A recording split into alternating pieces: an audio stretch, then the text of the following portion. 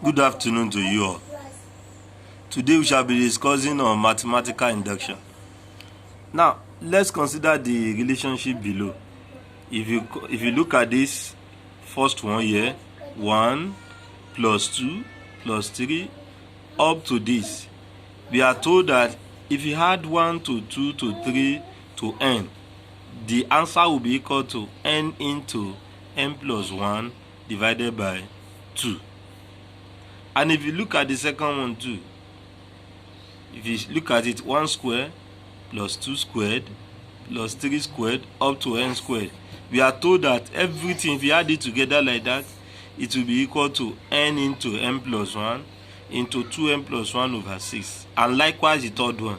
Now, we have this relationship between real numbers.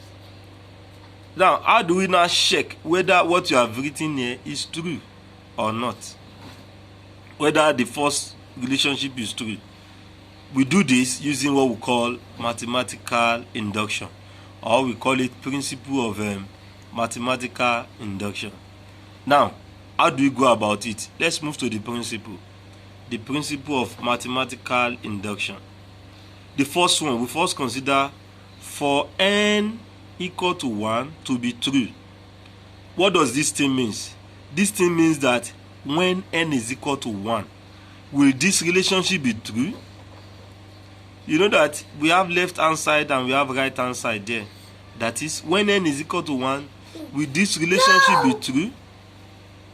That is the meaning of the first principle. The second one is that we assume that n is equal to k is true, which means this one simply means that anywhere, any n at all, you know, here we have said the first one says n is equal to 1 is true.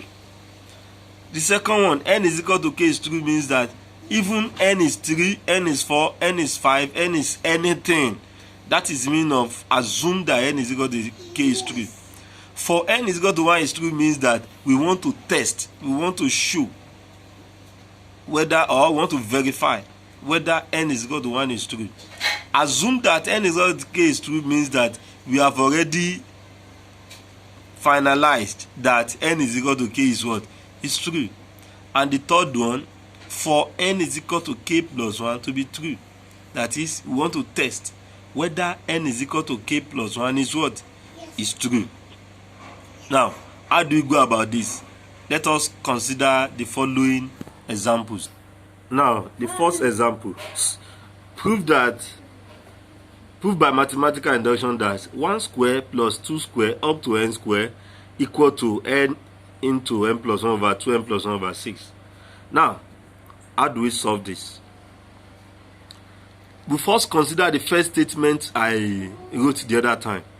The first statement in our principle is that for n is equal to 1 to be true, that is, we want to check if n is equal to 1 is true. Now, in that question, you know that we have left hand side, we have right hand side. What that means, if they say that n is equal to 1, for that left hand side, it means the first one. That is meaning of n is equal to 1. If they say that n is equal to 2, for the first part, for the left hand side, it simply means the first and second one. And you know that n is equal to 1 is what we are dealing with, which is 1 squared only. That is the first one. If they say that for n is equal to 1, for the right hand side, you are considering for this right hand side here, you always substitute n is equal to 1. Wherever you see n, put it as n is equal to 1. But for this side, n is equal to 1 simply means the first one. That is the meaning, which is 1 square. You can see, we now have 1 square equal to, we substituted 1 into 1 plus 1 over this. This is it here. Anywhere you see n, we put it as 1 plus 1. At the end of the day, when we simplify it, we got 1. And we know that 1 square is equal to 1. Therefore, left hand side is equal to what? Right hand side.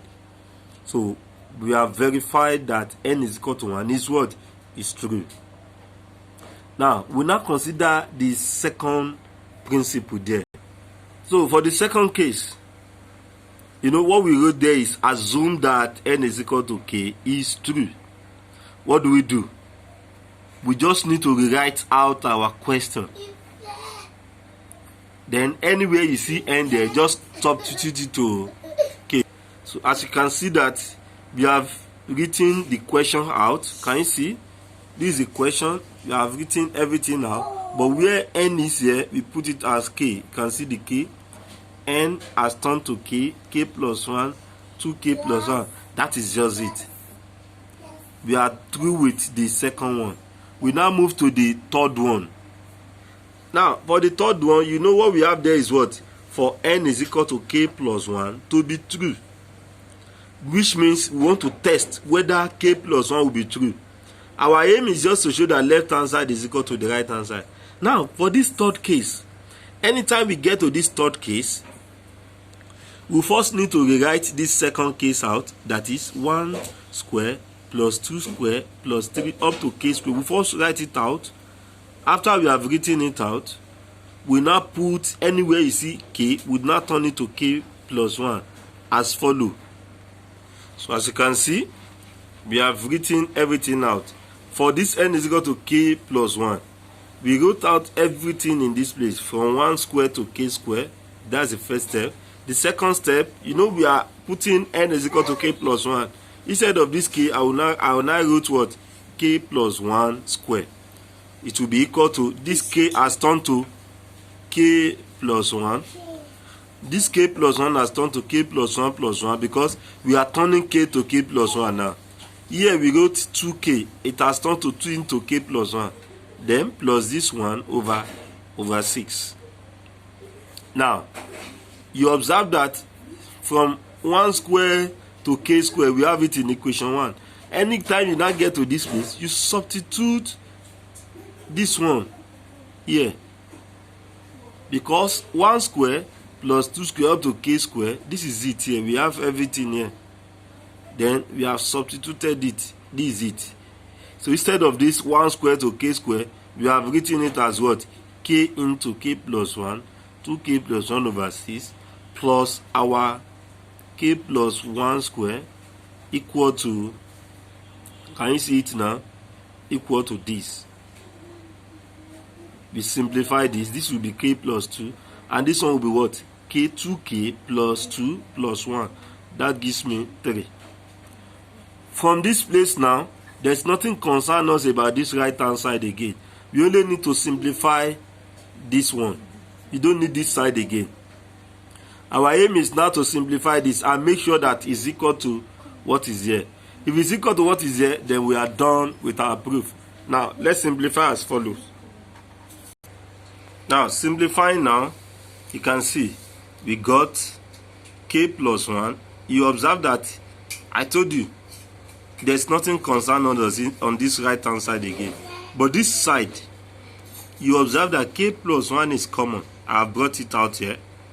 If I bring it out, it will remain k into 2k plus 1 plus, you know, we have k plus 1 in two places. I've taken one out, it will remain k plus 1 inside. Then this is our k plus 1 here. This one, we find the LCM. I can put this as over 1. So we find the LCM. When we find the LCM, we got this. So simplifying further, we have this.